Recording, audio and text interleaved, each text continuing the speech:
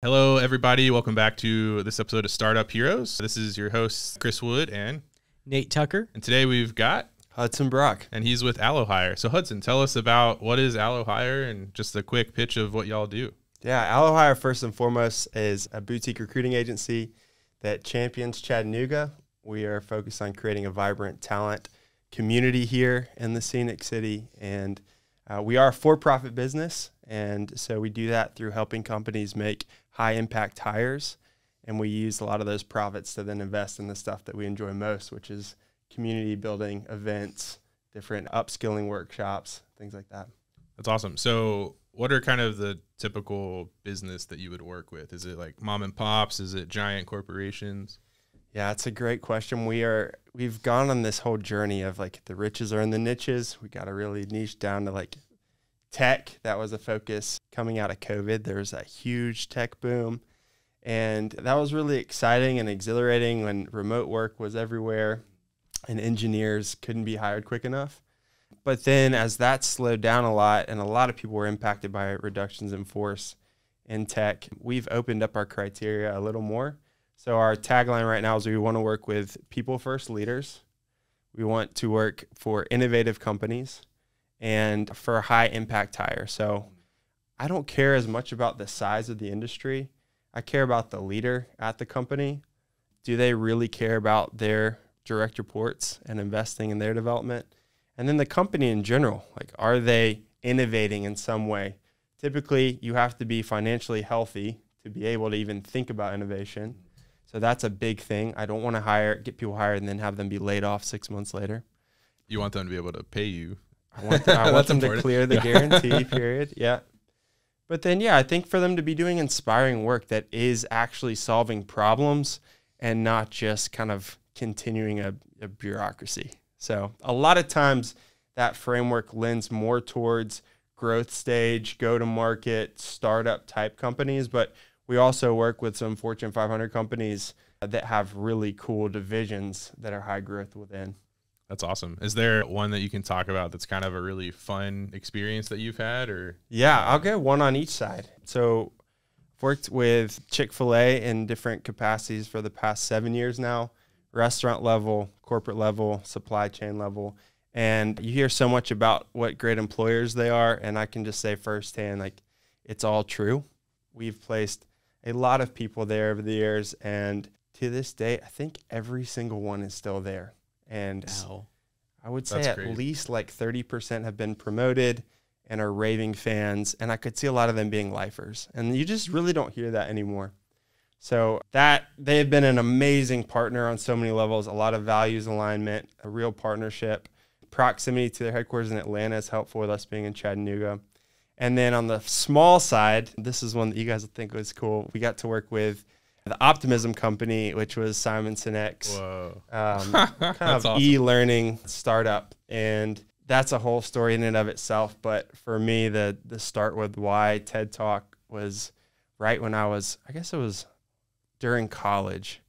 And this was very formative for how I thought about vocation and leadership and everything. Well, I could hear it just in you talking about who you want to work with it being high impact, people driven, kind of just that, everything you said, I was like, oh, that's, Sinekian verbiage, if you will. Yeah. So on that note, let's kind of go back in time a little bit to what is kind of your why? Why did you start AlloHire? Some of your journey there and kind of how it's come to where it is now. Yeah. Oldest of 6 kids and 21 cousins that grew up in close proximity. So just a couple. Yes. And it's like so formative. I think like didn't realize at the time, but always thought about all of those family members as a team. And I realized that's rare today. And within that, there was always recruiting stuff that I didn't even realize. Being like one of the older kids, there's always leadership elements. But then I realized that I loved recruiting specifically in college. I was at Covenant College playing soccer.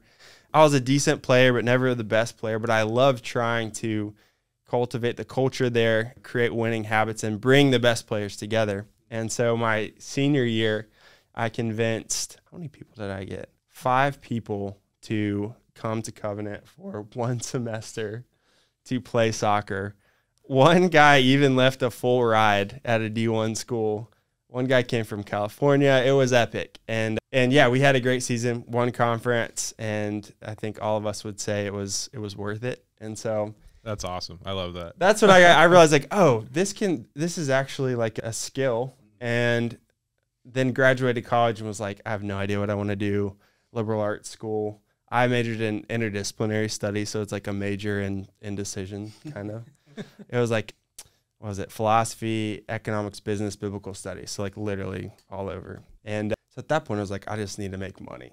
Like, let me just find a job. I thought if I can make a $40,000 base salary with benefits, I am golden. My wife had this dream of moving to LA. And so I was like, all right, we'll see. If I get a job there, we'll do it. That's wild. Disclaimer, $40,000. This was in 2015. $40,000 in LA, very challenging. So we went out there. I got a job in logistics. I'm working at Kinco, which is headquartered here, running a distribution center in the Inland Empire, which is not LA. It was about an hour inland. And I had a 3-year-old daughter at that time. And so that was just kind of a whirlwind. But did that for 2 years. Really enjoyed the people elements of it. Was decent at the operational piece, but really found myself enjoying the people side. And so I started to try and think more entrepreneurially about how can I find a job that makes me enough money to really design my life more around my family and the things that I want to be doing. And LA was a very cool place to be, especially at that time, because there was so much creative and entrepreneurial energy. I think there always has been, but that was a moment in time with like social media really popping off. Like that's when Vine was going crazy. All the Vine kids were moving out there. Instagram was becoming like a monetizable thing. YouTube was really maturing. And so there was just all this creative stuff happening. And so long story short, started looking at new things, met with some mentors, got into the recruiting space through this collective where there was multiple kind of solopreneur agency owners. And it was a really cool experience to get kind of firsthand look at what it takes to work for yourself, to live off the revenue that you personally generate. And did that for a couple years. 2020 hits, and we find out that we're having our second kid the same week. So this was like February 2020.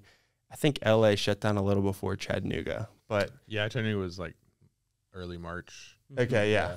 And so anyways, we thought we were going to be out there long term, but we were like, let's just like hop on Zillow and just see. It was over from there. Within like 24 hours, my wife sent me a house, and that's like a mile that way. Compared to LA, it's also wow, that's cheap. Yeah, no, literally, I was like, this is the one. And in hindsight, I'm so thankful. It was really scary to buy in March of 2020, but so thankful now because Chattanooga has grown so much since then. Anyways, moved back then and started looking around Chattanooga and just realized there wasn't anyone doing the type of work that I had been doing, that we had been doing, which was being pretty loud on LinkedIn. That's one. So actually like having a digital presence. I felt like content was still kind of underplayed here. And then really putting a stake in the ground of being like from Chattanooga for Chattanooga, headquartered here.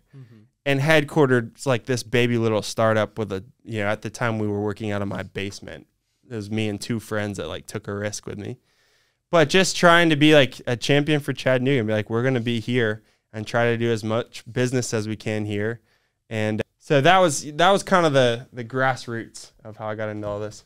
Yeah. So you mentioned that LA at the time kind of had a really fun entrepreneurial energy. I felt that over the last 5 years with Chattanooga. I think, so on my end, when we decided that my wife and I got married and we were like, hey, where do we want to move to? My parents had been in Chattanooga for a while, and we just knew how friendly it was to small business and that there was a lot of prioritization and resources for it. So that's part of why we moved here. And it's only gotten better, I think. And there's just been a really cool push. So is that kind of your sentiment? And what have you seen Chattanooga do both at a macro level and kind of the micro side that has kind of raised this fertile ground for new businesses? Yeah, to kind of rewind a little bit, I think what's interesting about Chattanooga is we were this manufacturing superpower in the 70s. I think we were like the 8th largest manufacturing city in the country, but we were super polluted. And so the city started to push a lot of the factories outside of the downtown area. And then there's this whole kind of Renaissance beautification of the riverfront that I think brought a lot of tourism here in like 90s, early 2000s. And that's why I was a kid, so I didn't even really realize what that was. All I remember is like going downtown in high school, and like all we would do was go to the Bijou, which was the movie theater at the time, and then go stand outside of Cold Stone. Like that was the thing to do. And maybe might have jumped off the pier into the river once or twice. Like that was it. And so now it is just wild driving around and seeing there's a crane, there's, you know, lots of new apartments, there's really good restaurants. My wife and I went to one last night. It was Ernest Chinese. I don't know if you've been there. And we were like, this place is amazing. Yeah. But yeah, I think my experience was kind of graduating college right around when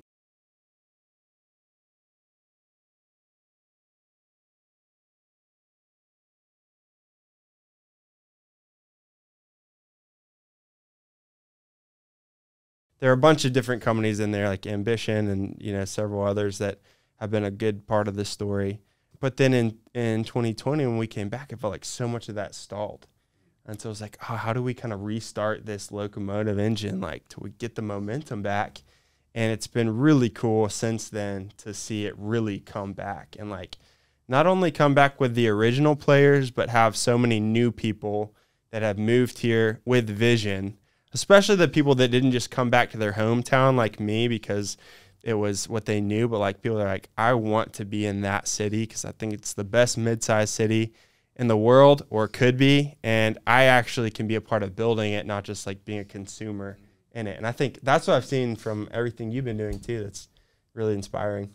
Thanks. It's really cool, like you said, having what feels like a tangible impact, because there's so many places where it just feels like you try and do something and it just is in this bottomless pit of you know, whatever. But that's been cool. And so we live in Red Bank as well, and that's kind of an even more concentrated version of that. And there's something really cool being able to run into, you know, the mayor or the commissioners or whoever in Red Bank and in Chattanooga, and, you know, business owners that, oh, they're people, not just this weird nebulous like figurehead, you know, and just connecting all these dots and these people, and just seeing people have ideas and then come together and put them into fruition, and then it turns into something that, you know, in 5 years everyone will know about it. And you're like, yeah, we were a part of building that up, and that's really exciting. And there's just something about Chattanooga that just feels like the potential is there. People feel hope. I think there's a lot of negative talk too, but I would say, I don't know if it's just the circles I'm in or what, but I would say I see more people that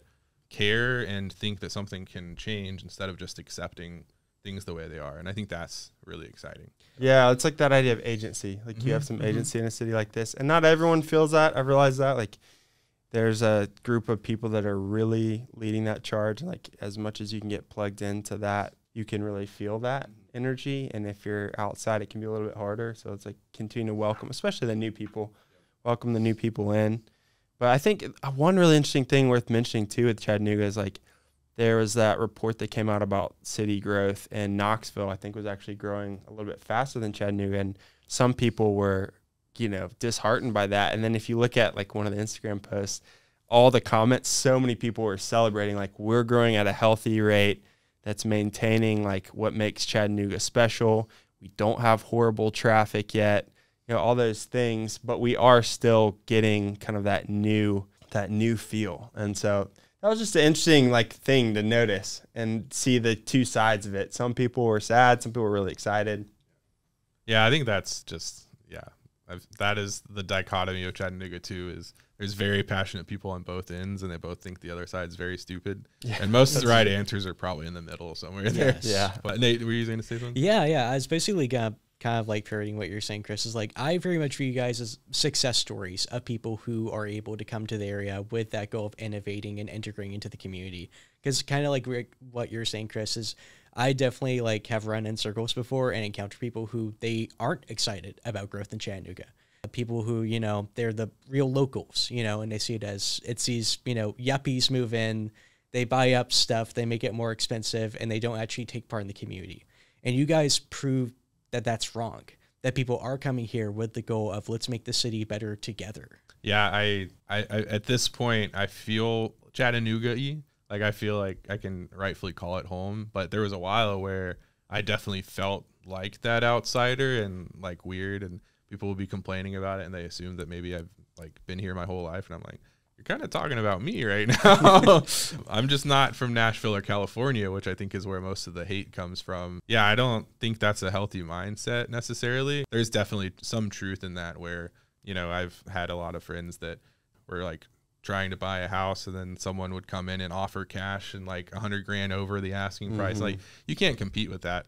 But also, I think the exciting part of that is it shows that Chattanooga is desirable and that it's like drawing people in for a good reason. And so if we can just figure out how to, you know, make those coexist and not be a scarcity mindset, but abundance. And there's, you know, there's nuances on both sides, but yeah, the mindset of outsiders, like that's very un-American, you know? Yeah. But yeah, I think what I've been really thinking about is for a couple of years was like the remote revolution, right? So it's how do you just get really talented people here, California, Nashville, wherever. And then the next wave is like, how do you convert those people to being really plugged into the local ecosystem, not just working from home for the cost of living or just at one of the co-working spaces, but like actually getting involved in different things. And I think we were talking about this right before the episode. Like, I think it's something that Becaffeinated's done really well. There's hundreds of different things, but even like the things that come to mind for me are like you participate in the Red Bank bicycle recycling program. That was cool. Just used that recently. You have CFC, Chattanooga Football Club, on all over Becaffeinated stuff. And like, that's the home team. And there's just so many little ways of, like you're saying, becoming like a local. And that intentionality, I think, really makes a difference. So I think that's a challenge for the next maybe decade, is just getting all the people that have moved here to really be here. Yeah, thanks, man. I appreciate that. It's been fun integrating ourselves in. So what do you think? So I was actually talking to someone this morning. His name's Arthur. He's from Belgium, and he owns some restaurants in Belgium and kind of runs them from here. And I was like, Arthur, how do you do that? Like, how do you, I was just thinking about how, you know, what I have to do with Becaffeinated. I was like, how do you run a restaurant? And he was like, well, I automated too much of stuff. And he kind of expressed that he kind of misses some of the challenge of like actually doing the work, because he's like, I've accomplished what I set out to do, which was get to the end and like make things really easy and automated on like all of his workflow stuff. And he's like, but now I'm kind of bored. So he moved here and he's just like finding ways to volunteer and get involved and plugged in. And we met him at Coffee Break, our community building event. And he's just dived in, whichever the right one is. He's jumped in head first, and he volunteers with White Oak Bicycle Co-op, which is the bicycle guys. He is doing like business consulting and just all this cool stuff. And that's what I love to see, is like this guy that has, you know, more or less made it. He's kind of accomplished what he set out to do. And he's like, I have too much free time. What can I do? And he decided to dive into the local Chattanooga scene and make it better and help people and do that. So yeah, how do you think we can not only make more of those opportunities exist, but kind of convince people that that is valuable and present those opportunities to them? I think there's two sides of it. One, a friend of mine recently said he thinks the main thing that the business community needs to do is be excellent in the 6 inches in front of you. So that was really interesting for someone like me that's like thinking about everything all the time. It's like, be excellent at what's right in front of you, and then there will play the long game. Like, that will create capital and momentum and the right attention to then be able to actually do all the other things. Because I think, you know, what I really am looking at is there's so many amazing nonprofits in Chattanooga that are doing such good work. I think we need more for-profit companies that are thinking about investing in community building. And so to be for-profit, especially for any duration of period, you have to be excellent at what you do, and you have to keep innovating. So I think that's one thing. I think I have a couple unique people, like Jay Schaefer's coming to mind. I think you know Jay. And like, he came here from Atlanta and is really trying to mobilize angel investment here through Venture South and different things. But he also just really humble, caring guy that really tries to get to know people. And he will ask almost every time, what can I do to help you? And just asking that question is so powerful. So it's that combo of like, be excellent at 6 inches in front of you, but also ask people, what's your why, like you're doing right now? And then how can I help you towards that? And maybe you can't directly, but just asking them that question creates a space to get to know them. And 2 years later, you like have an idea to collab, or you meet someone that would be passionate about what they do and you connect them. So I think it's that. I think somewhere in between those two. Our favorite thing, and we've talked about this a lot, is it's not all about like literally how can I help you directly, but if they can verbalize what they need, then we're like, all right, who do we know that fits that? And that's, I kind of see networking or community building as like a giant board game where it's like connecting all the pieces and like, oh, this, you know, this piece has this thing and that one needs this thing. And then how can you connect them together? And that's the really fun part to us, is building up this community with an abundance mindset, because it's no longer, you know, the scarcity version is, well, they need this thing, which means that someone else that needs that thing, they're competing. No, it's like, why can't they both come together or both use the same solution and kind of all rising together instead of like exclusionary? So that's a really good segue real quick to the Simon's idea of the infinite game. I talk about that all the time. Yes, but like, exactly.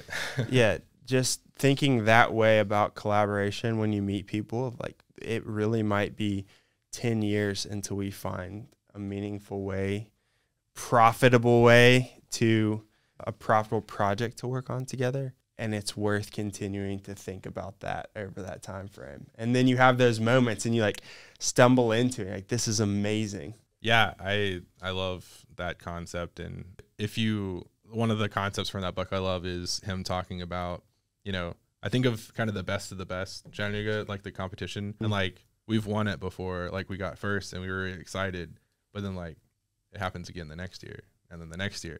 It's like, you can kind of have that for a year, but it's not guaranteed. And it means something, but it doesn't mean a lot. And so if you focus on kind of those destination things, then you're kind of missing, like you're saying, like the things in front of you, and you kind of stagnate and get comfortable. And that's how you start failing as a business. And so if you're instead focused on your people, and like, if they're happy, if you're focused on your customers, if you're focused on innovation and like your product development, like other stuff kind of just naturally happens. So we didn't set out like, we want to be the best of the best coffee shop in Chattanooga. We just did our thing, and that just happened to, people voted for us, and because we weren't trying to win, we were trying to be our own best version. I love that. So, all right, I think I've taken my time on this section. So Nate, do you want to do the next part? Yeah, absolutely. So you've been talking a lot, Hudson, about like the community element that you guys integrate and really like your focus, and I love to hear that. But what do you feel like has really been like the key that's helped you guys excel and like really like reach the point that you guys are at? What do you think has been like the superpower that's kind of like got you there? So I think for any agency, your success is limited or dictated to a large extent by your clients, right? The partnerships you can create. And are those win-win partnerships? Is there value alignment? Is there a long-term mindset? And so that's been massive. So having a couple key partnerships that like the other work that we're doing, the community building, like they want to support that. It's not just about this service-based transaction. That is the heartbeat of it, but they understand that is that idea that like profit is the breath of business. Like, you don't live without breathing. It's also not why you live. If you're living to breathe, you're really boring. And if you hold your breath too long, you die. You die. Yeah. And so I think we've done a good job with that. And then we keep showing up. We've got a team that so much of entrepreneurship is what Chris is saying. Like, don't just chase the accolades. Yeah, sometimes they're important for your marketing and for your credibility. And like, anyone that tells you that doesn't matter, I would just say it does matter, but it's not why you do it. And so just continuing to create content, to have conversations, to go meet with people in person. Like, we talk about breaking the script all the time, and in a world that is highly automated, highly digital, lots of email sequences, lots of AI-driven templates now, like, how do you just break the script? And I have a guy I was just talking to yesterday who runs a really successful personal training company like 500 yards from here. And his whole business development strategy that's worked so well is he just writes 10 handwritten letters a day to new potential clients and puts them in their mailbox. And it's so, that's huge, yeah. But it was just wild. Like, every single day, and he signs it, and I think he puts his cell phone on it, and it's just So I think there's just like, there's so much power in the automating and the new tool, stay up to date with AI and all the different things you could outsource or automate, but also like break the script by creating that human to human connection. And in our world, I mean, it is a very relational business. If you're doing like executive search, there has to be a high level of trust and confidentiality. And so I think we've just continued to build that reputation. Okay. Do you feel like you kind of like, I know you talked about you like during college already had like, felt like you were developing some of these skills. Do you think like a lot of that was intuition and just something that you were destined for? Or has a lot of it been learning and like figuring that out as you guys have gone? It's a great question. I think that my dad is probably the best recruiter I've ever met, and he's never gotten paid $1 for it. It's just what he loves to do. He never has and never will have a LinkedIn or any social media. So that's also interesting. He's very much the just in person or letters guy. And so I think there's a ton of like nurturing in that, probably some DNA, nature, and then a lot of just growing up, seeing that nurture. And, but then what I've learned on top of that, I think, is more of the digital side of like the power of social media, the power of personal brand, power of creating content that complements all of that really well, especially to the younger generation, like millennial, Gen Z talent. I think that's where you meet them a lot of times. Yeah, I love that you mentioned social media. So my day job is I do like the social media management for Be Caffeinated. And within that, like we're always talking to people about social media all the time and management of it. And some of our close friends are the folks over at Be the Change Youth Initiative. And I've had like a million conversations with them about the value that I see in social media. And I always think it's interesting because they very much tend to have the opposite belief. And I've seen a lot of other people too, especially I feel like around my age bracket right now, of like viewing social media in a very negative light. Very much viewing as like it's something like divides people or something like it's a space that like spreads negativity. So I love that you're mentioning like it doesn't have to be that way. You know, it can still be a tool for connection. And do you have any like stories or examples of like how people can kind of like get back to that and focusing on using it as a tool for connection? I would say as much as possible, if you meet someone on LinkedIn, go get coffee with them at Be Caffeinated like that. That's how I first met your dad. We met on LinkedIn, and I just said, can we grab coffee? He said, I know a great spot. And I love that. That was awesome. That's awesome. So, yeah, I think that's take it offline as much as you can.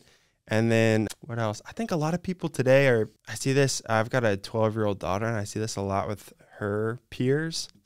And maybe a lot of the kids that were really home during COVID for the past, maybe for 2 years, they're lacking some just basic conversational skills. There's a real anxiety, angst that comes with a one-on-one conversation, especially. And so I think just like relearning how to ask good questions and maybe just how to be interested. I mean, there's some of both. Like I think one is just being interested in other people. The allocentric idea, I would say that's a weird word that I'm trying to be an ambassador for. It means other-centered. That's the reason behind AlloHire's name. We thought if we're other-centered, we're going to be different in this industry. So allocentric's the opposite of egocentric. I want to hop in real quick and ask a question. So I guess it's more an observation. So we have this one barista on our team, and she asks this question, and she says, if you were a plastic bag right now, what kind of plastic bag would you be? And that's her, like, she doesn't ask how you are. She says, what kind of plastic bag are you right now? And I've answered it several times, and it's a really interesting and fun way to describe how you're feeling without being super vulnerable or like feeling like you're saying it. And she's had some wild answers, some that aren't appropriate to say on here. But if you think about what things could be considered bags, you kind of see where it's going. But yeah, so have you kind of on that line of thought, have you found any questions like you're saying that are super interesting or just new and fun and more innovative ways to ask the standard questions? Yeah, I think, well, one that's hiding in plain sight is if you ask someone how they're doing, let them answer. What are they normally going to say? I live in the dream, or pretty good, or I'm tired, or pretty busy, good, busy. And then what do you follow that with most of the time? Yeah, me too. Yeah, or just how are you? Like you return the question and then actually answering it. Like there's so much power in just being like, Like if you ask me that, I'm like, yeah, I took my daughter to her new school today, and it was really emotional. And like, it was hitting me that like she's growing up and she's becoming a little woman. And there's a lot that terrifies me about that. And it doesn't need to be this long drawn out thing where the person's like, oh, I'm sorry I asked. You need to say enough to show some genuineness and keep them interested, like leaning in, be like, oh, like we probably won't right now, but I would love to ask 2 follow-up questions to that maybe later once we take care of the matter at hand. So I think there's a ton of power in that. Just actually, we were talking about Brene Brown and her whole idea of like daring greatly, and like that's to be yourself, to allow yourself to be vulnerable. And so I think that's one thing that I would say is huge, and that's not even, I guess it's a question. If you ask how are you doing, actually care. When's the last time you felt really alive? I think that's an interesting one because people can take that all different directions. What's a quality you really admire in your best friend? That's one that's interesting. 2 that I've heard, one on that line is like, if your best friend was telling me the things they love about you, what would they be? Because it kind of gets them to brag about themselves without bragging about themselves. And then the other one that I really enjoy, man, I lost it. Oh, so I have a friend that doesn't like, what do you do? Like, what's your job? And so instead she says, like, what are you doing to impact the world right now? Or like, what do you care about in life? You know, something like that. So where it takes away from like the occupation identity and more like, what's your take on the world? What legacy do you want to leave? What's your thing? What's your why? And that's a really fun conversation starter that catches a lot of people off guard. If I really want to go down the rabbit hole, you guys may know the term ikigai. You ever heard that? It's a Japanese term. It's this idea of like your reason for being. And so there's 4 main questions, I think, behind it. What do you love to do? What are you good at? What can you get paid for? And what does the world need? And it's really simple framework. But even in thinking about like career coaching or really any conversation, like trying to have those in the back of your mind and like trying to find that balance. And I think people in Western culture in the United States oftentimes try to find like the silver bullet answer for that. Like the idea of like, if you do what you love, you'll never work a day in your life. I think that's good marketing. I think if we're honest, that may fit 1 or 2 of those 4 questions or may answer it. And then you may have to like find balance in hobbies or other things to answer the other ones. But that's just a word I always have in the back of my mind. You guys will realize I like weird words because it makes you slow down. And I think the cultures that they come from are oftentimes way more mature than ours. We're still like, our country's still so young. Yeah, I mean, literally, they've been around for a long time. Yeah. They've been around since like 1776 or whatever. That's but cool. I want to keep working on that. Like the art of asking good questions and having real conversation today, I think is one of the most powerful skills. I love that. Yeah, that's so funny. So this morning, I covered a shift at Be Caffeinated at one of our shops for a barista who needed to do some stuff. And it's neat. Like we always, like the baristas, they have like an internal script, at the window. Because we always tell them like, we don't want it to be like other fast food like experiences or anything like that, where you go up to the drive-thru and just, someone just says, what do you want? We always try to discourage that. We want people to have like conversations, stuff like that. And my script is always like, I ask them like, are you doing anything fun today? I've had baristas tell me like, well, doesn't that kind of like scare you to ask? Because what if they say like, I'm on the way to like a funeral? And it's like, well, even if like they say like, no, I'm not doing anything fun, or they tell me like they're doing something that's like objectively bad, it still is like, we're sharing like a moment of vulnerability, now, and we get into like that space of like, oh, well, okay, well, I can like try to like make their day better. And that's like the real value. It isn't them giving them a cup of coffee or a chai tea or whatever. It's them trying to solve like a problem for them. And if that means I get to go like, I'm sorry that happened to you, your drink's free today. A lot of times I see those people later and they say like, hey, thank you. That meant so much to me. And that's like a drive-through. That's like a less than a minute interaction they can get just by asking like a pretty basic question like that and genuinely like listening instead of just going like, oh, that sucks, and then just going back to like the script. So that sucks. It'll be $7. Yeah, exactly. Yeah. But yeah. So yeah, that's amazing. Thank you for like speaking on like kind of like how you feel like you've reached that point.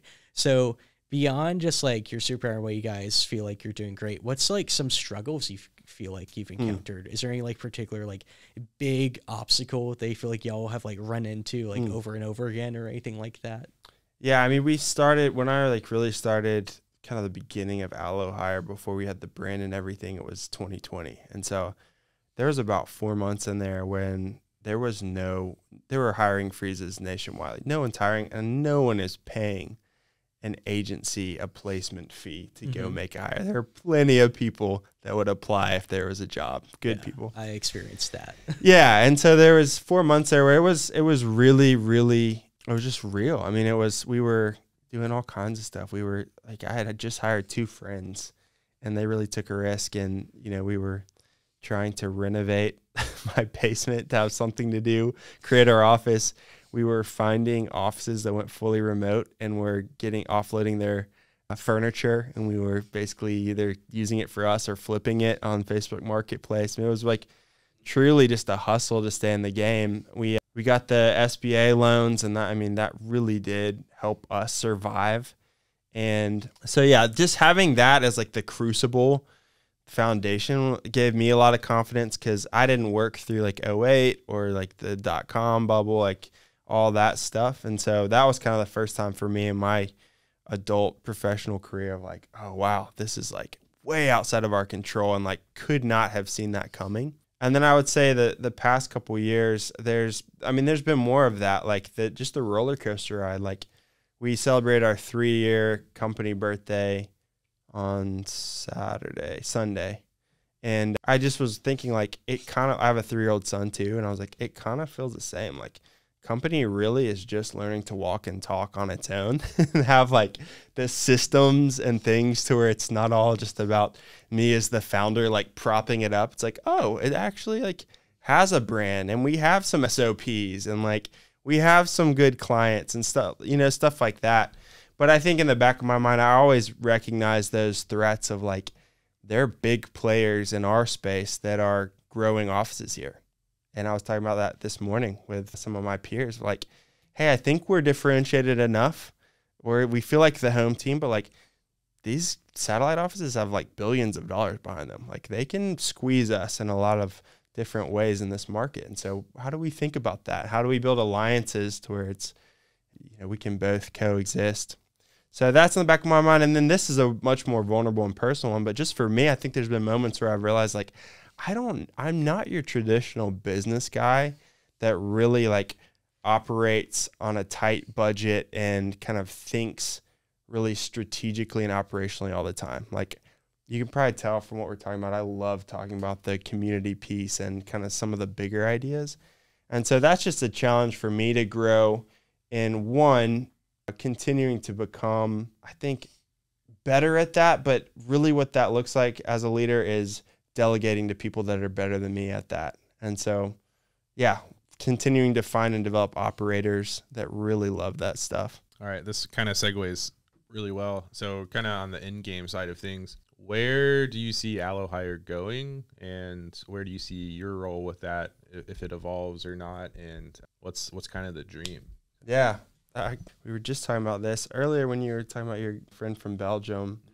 It made me think about the book that we just went through, Traction. So it basically gives this framework for an entrepreneurial operating system. Mm-hmm. And so that was really helpful to implement. We literally just finished it. A shout out to Vanjie for kind of leading that charge on our team. But that was really helpful just for creating like a 10-year, that's the one, yep, like a 10-year vision and then a 3-year plan. And then creating quarterly rocks and weekly meetings. And it's like, it sounds so basic, but just actually having those rhythms to create the space to think a decade out. I think Tony Robbins always says we overestimate what we can do in a day and we underestimate what we can do in a decade. And so it's like, let's actually think about that. So for AlloHire, I don't want it to become a big staffing firm. I want it to be a boutique that's the first thought for anyone that meets that criteria we talked about.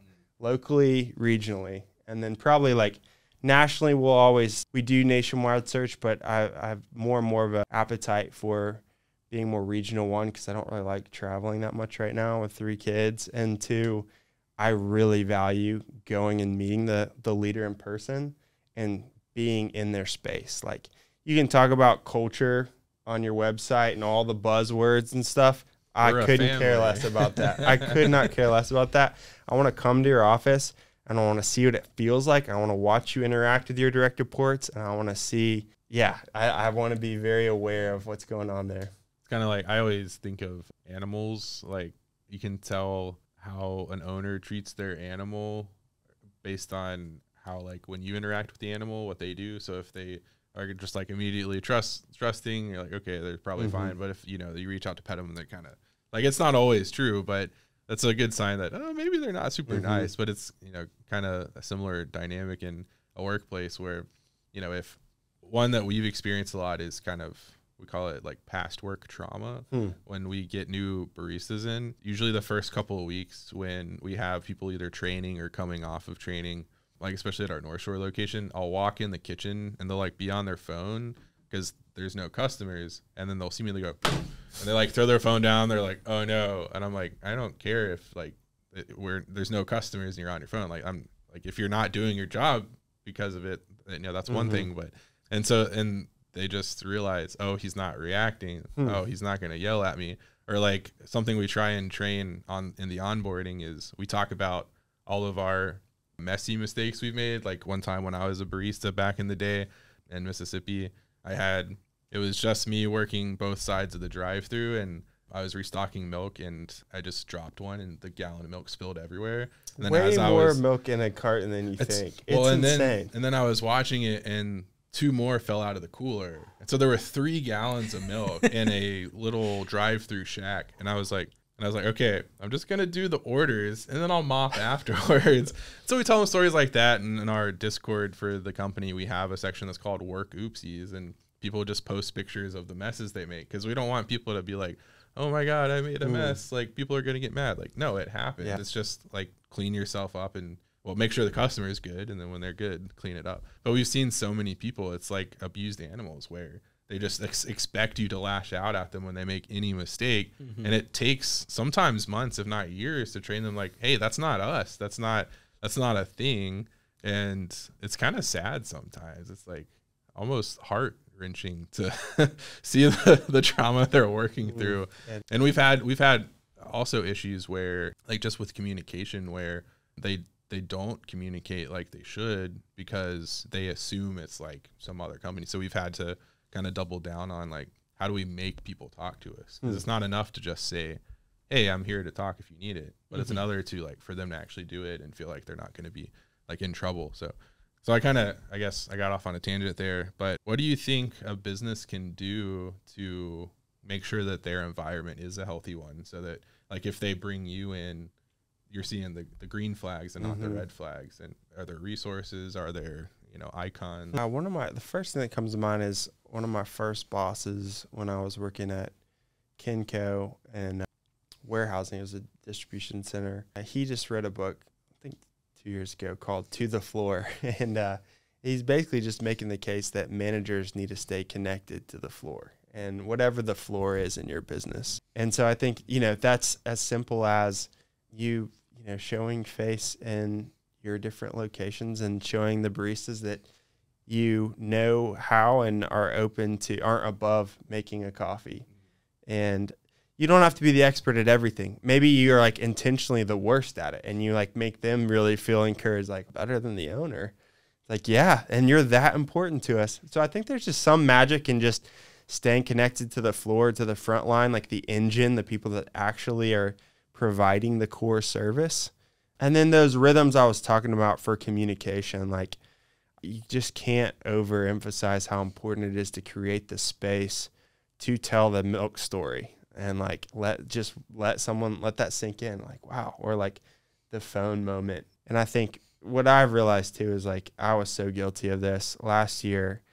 At the beginning of the year, I had a moment where I realized I had, like, 11 direct reports. Like, we had no middle management. And so, like, I was just constantly late for one-on-ones, or, like, unorganized for our team huddle.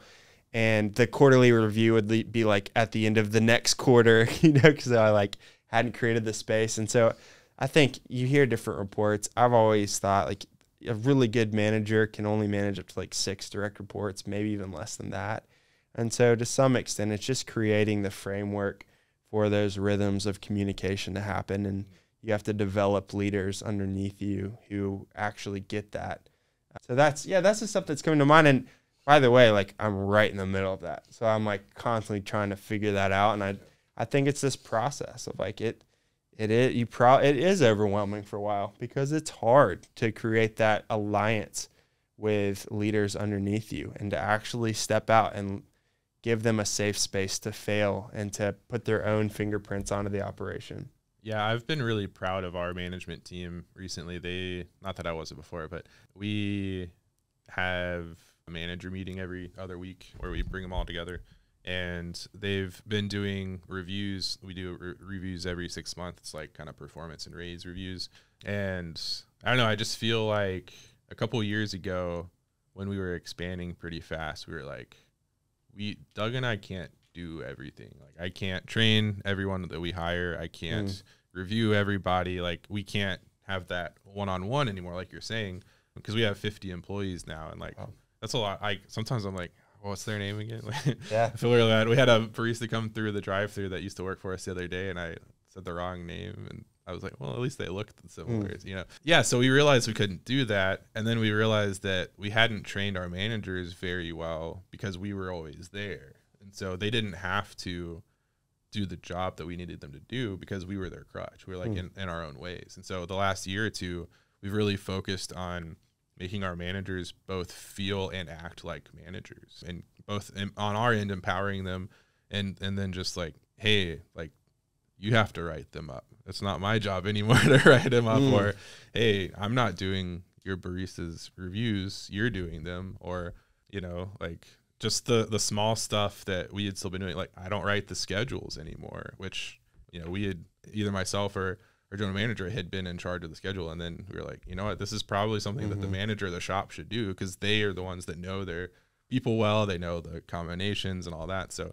and I feel like now our management team is actually a management team, and they, each one, like the managers have their own personalities, the shops have their own personalities, the teams have their own personalities. And it's really cool that they each have their own distinct like flavor of Be Caffeinated, with the integral culture still being there, but it's just little offshoots of that center culture. And that's really exciting for me to see, because like, it's not me anymore. It's not Doug anymore. It's like you said, it's our baby that we don't have to hold the neck up to make sure it doesn't snap anymore. Like it's walking and running around and hitting the walls, but it's okay. And it just gets back up. So that's so exciting. Yeah. Have you used any like personality assessments or anything, behavior-based assessments in that process? We did when we started, but it reached a point where it was too much to keep track of. But I have been considering recently going back to that.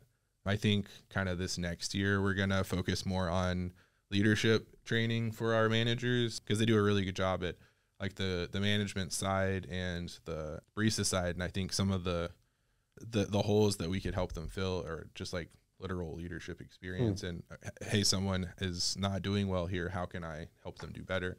And I think it'll come down to personality types and, you know, how does this person need to be talked to versus that person? Do you have any suggestions there? Yeah, I mean, we've done some. I think we're still learning which ones we like the most and we see the most value from. But we've just put together just an Airtable, just a basic employee profile, and just with like some of their favorite things, music, snacks, and then their behavior or different personality assessments. And that's been a good baseline just to reference, like, hey, I want to just double check again kind of what this person's interests are. But a friend of mine actually is kind of certified in some of the like MBTI and some of the other ones, and just an expert in it. And he has gone in and basically like kind of like consulting style work, typed the org chart, and then just identified like different, you know, potential points of friction on the org chart. And I was like, wait, that's amazing. Just to have a third party basically say, like, hey, you probably felt a little tension here. And that's nothing that your boss is like, that's nothing personal. And here's a way to think through it. And so we're not really at the size yet. We have 12 people, so we're still small enough to where we can know everyone personally. But I think at some point that will be really helpful. And probably even when you're small, to have someone from the outside come in and just point some of that stuff out. That's super interesting. I hadn't thought about just the inherent friction just from how people are. There's definitely some of our management, I think, gets frustrated by me in general just because of who I am and how I interact with the world. Like our head baker, Alyssa, she's fantastic. And I know that sometimes she just goes home and she just like curses my name, because she is very like, I mean, she's a baker. So, you know, everything has a recipe and it's got to be exact, and like she loves planning and she likes details, and that's not me. And sometimes I'm like, all right, I need to do this for her, not for me. Like, what does she need out of this interaction? And I'll do things that aren't comfortable or natural for me because I know that I'm like there for her and that interaction. But yeah, there's some people that are just inherently like, I see them get frustrated at something I do or someone else does, and I'm like, I sometimes don't understand that friction, but it makes sense because it's just literally like just two different working brains. It's so freeing too when someone else is just able to call that out objectively and help you think through just the awareness, like the emotional intelligence of just like, oh, that person really, really appreciates direct communication. I'm not going to give all the context for this email or in a meeting. I'm just going to send them an email, just something as basic as that has been helpful for me. That's huge. Well, cool. All right, we're going to get into the wrapping up phase. But real quick, where can people find you and AlloHire? And what do you want people to know about you and what you're doing? Yeah, you can find us on all socials. Not very active on Twitter/X. Probably the most active on LinkedIn. My friends on there call me the Brocket Chip, which is cheesy, but you won't forget it. Don't you have the emoji in your... I've had the rocket ship for a long time. I love it. If you click on the little volume symbol where people can say their name or whatever their pitch is on LinkedIn, I just have the Iron Man theme song. And that's epic. Talking about like favorite superhero, I don't think that I in any way like Iron Man as a person, but I had a rod put in my leg when I was in high school from breaking my tibia too many times playing soccer, and my cousin made this epic Iron Man poster with my face on it. So that's all. I've always just thought Iron Man was so cool. That's cool. You can find me on there. And then AlloHire, we've got our galactic headquarters, like I said earlier, is downtown Chattanooga across from Urban Stack, which is a great burger place here. And so I got to go there, and it was cool. It's a cool spot. It's fun. We call it the arena. Right? Yeah, I call it the arena after badass. the Teddy Roosevelt quote, "Man in the Arena." And open invite. If you hear this and you want to come by, come say hey. We're wanting that to be a hub for good conversation. That's awesome. And then, so if someone has a resume in their inbox, what do they do? Like, is there a way to send it to you guys? And what are like positions that you definitely want resumes for, and what are some that you probably don't want? Yeah, well, I can tell you right now, it is a tighter job market, and so there's a lot of people that are looking for new work, and a lot of people reach out on LinkedIn and send really like thoughtful, personalized messages with their updated resume and exactly what they're looking for. That's great, but I would just ask for grace too from the recruiting community that's getting flooded. Just for context, like, we really do get paid to fill very specific roles, and so AlloHire, we always want to try to make intros and connect the dots between people that aren't clients. We won't get paid for it, just to try and help, but there's very limited capacity for that because we have to keep the main thing. So that is a great place to start. A LinkedIn DM. If you want to try to break the script, you could try Instagram DM. It's a little harder to send your resume through there, but connect on LinkedIn. Try to equip whoever you're going to ask for an intro with what they would need to be able to present you well. So some of the stuff we were talking about, but like your resume is a great place to start. People still need resumes, even though LinkedIn and PDF resumes can feel kind of redundant. And then just a little bit of context for specifically what you're looking for and why it's a good fit, so that you're not making them do homework of overly having to go through and review and assess fit. And then I think there's still so much power in just the networking approach of trying to meet in person.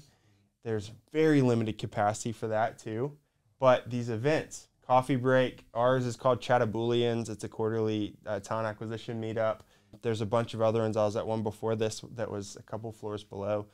Go show up in person and try to make that connection. That goes a really long way. I love that. When's the next Chattabooleans? We actually were meeting about that this morning. We're looking at the first week of June. Nice. So we'll get that date out once it's finalized. That's exciting. Yeah, y'all should come. It's fun. Yeah.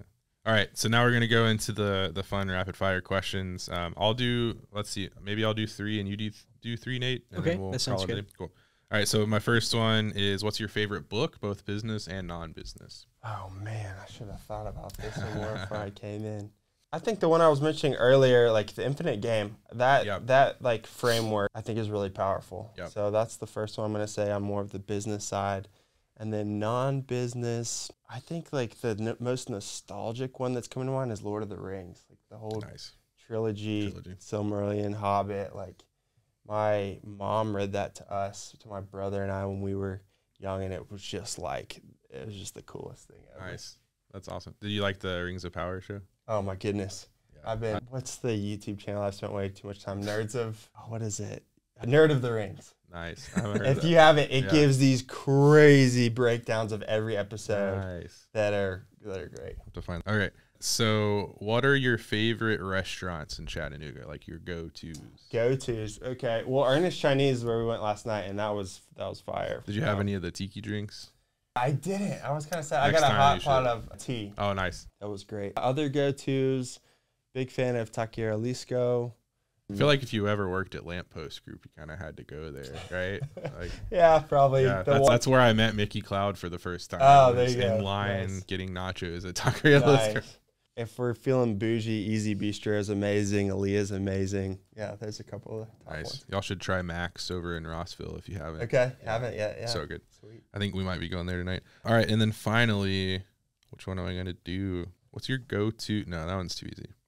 Plastic bag. Yeah, if you were to describe yourself as a plastic bag, just describe yourself. Oh man. Oh, describe myself. Okay. Yeah. What plastic bag are you? What's going on with it? Where's the bag? Yeah, probably one of those like gallon-size Ziplocs that is just jam-packed full of different stuff. Like what kind of stuff? I mean, I'm thinking of like Orbeez, like stuff my kids would have. Yeah. There's probably like some vitamins in there that like just thought were cool at one point, wanted to hold on to. There might be. It's all. There's probably a business book in there, like it's just this crazy eclectic. I love that thing. Awesome. That's a good answer. All right, Nate. Okay, we're gonna start with what's your favorite thing to make? So it can be like something you love to cook. If you're into like some kind of like craft, like just anything that you just like love, like hands-on, just creating. One of the most fun things right now. Have you guys seen the nugget couches? No.